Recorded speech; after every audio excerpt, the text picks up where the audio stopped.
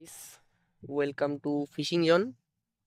তো আজকে আমরা আসছি রাধিকাপুর, রায়গঞ্জ থেকে রাধিকাপুরে আসছি। তো এখানটায় ভাংড়া মাছ ধরার জন্য আসছি। অনেকেই বসছে। এটা হচ্ছে টাঙ্গন নদী, রাধিকা বাংলাদেশ থেকে আসছে। তো ভাংড়া মাছ সাধারণত পাথরে থাকে, পাথরের মাছ। দেখতে পাচ্ছ এদিক দিয়ে অনেক পাথর আছে। তো আমরা আসছি বেশ অনেকক্ষণ হলো। মাছ দেখা যাচ্ছে, ছোট ছোট মাছগুলো দেখা যাচ্ছে। ভাংড়া মাছ সাইজ এখনো হয়নি, ছোট ছোট। তোমাদের দেখানোর চেষ্টা করি, দেখি দেখাতে পারি নাকি। আর এখানে খুব নামাটা খুব মুশকিল, পড়ে যাওয়ার চান্স থাকে। আমি একবার পড়ে গেছিলাম, বাট সাবধানে থাকতে হবে। তো তোমাদের দেখানোর চেষ্টা করছি মাছগুলো।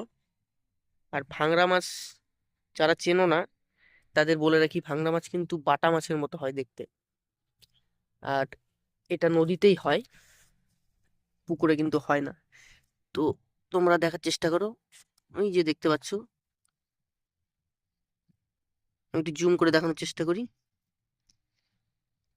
মাছগুলো কিনারে আসছে পাথরের ফাঁকে। ওই যে পাথরের ফাঁকের মধ্যে এগুলো থাকে। ওই যে খুব ছোট সাইজ, কেনি আঙ্গুলের মতো সাইজ, এখনো সাইজ হয়নি। এই যে এখানেও আছে, এটা ঝাঁক নিয়ে থাকে, তো আওয়াজ পেলে পালিয়ে যাচ্ছে। এই যে এখানেও আছে, দেখো।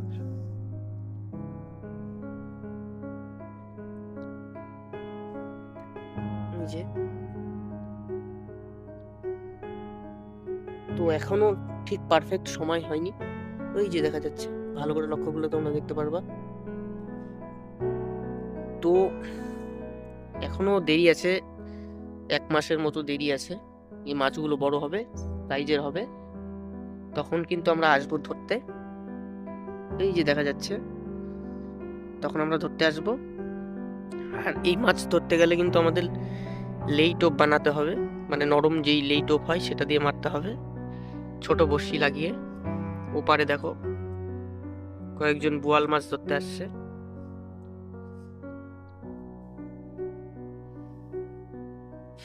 আর আমরা আজকে বসছি কিন্তু মাছ ধরতে পারছি না, কারণ খুব চেলা মাছের অত্যাচার। এই যে একটা চেলা মাছ ধরছি, খুব চেলা মাছের অত্যাচার, যার জন্য মাছ ধরতে পারছি না। তাছাড়া সরপুটি গুলো খেত। দেখো মাছগুলো খুব সুন্দর লাগে দেখতে। মোবাইলে হয়তো অতটা ভালো করে দেখাতে পারছি না, কিন্তু আমি নিজে চোখে দেখতে পাচ্ছি।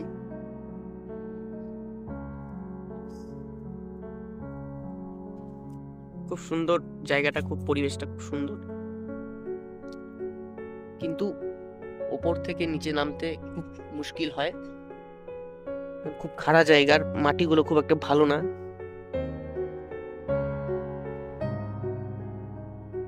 এই নদীটা কিন্তু গাইস বাংলাদেশ থেকে আসছে। এই সামনেই কিন্তু রাধিকাপুর বর্ডার আছে, বাংলাদেশ বর্ডার। খুব একটা বেশি দূর না এখান থেকে। তো আমরা রায়গঞ্জ থেকে বেশ অনেকেই আসছি, অনেক কয়জন। আবার এখানে কালিয়াগঞ্জেরও বেশ কয়েকজন আছে, ওদিকে বসছে। তো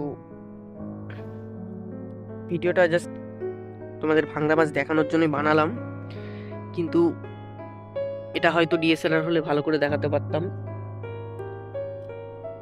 এই দেখো, পাথরের গা ঘেঁষে ঘেঁষে থাকে, পাথর চাটে। তো এই মাছগুলা কিন্তু এই নরম লেই টোপ দিয়ে মারতে হয়। যাই হোক, ভিডিওটা আর বড় করছি না। যদি তোমাদের কোনো কিছু বলার থাকে অবশ্যই কমেন্ট বক্সে জানাবে।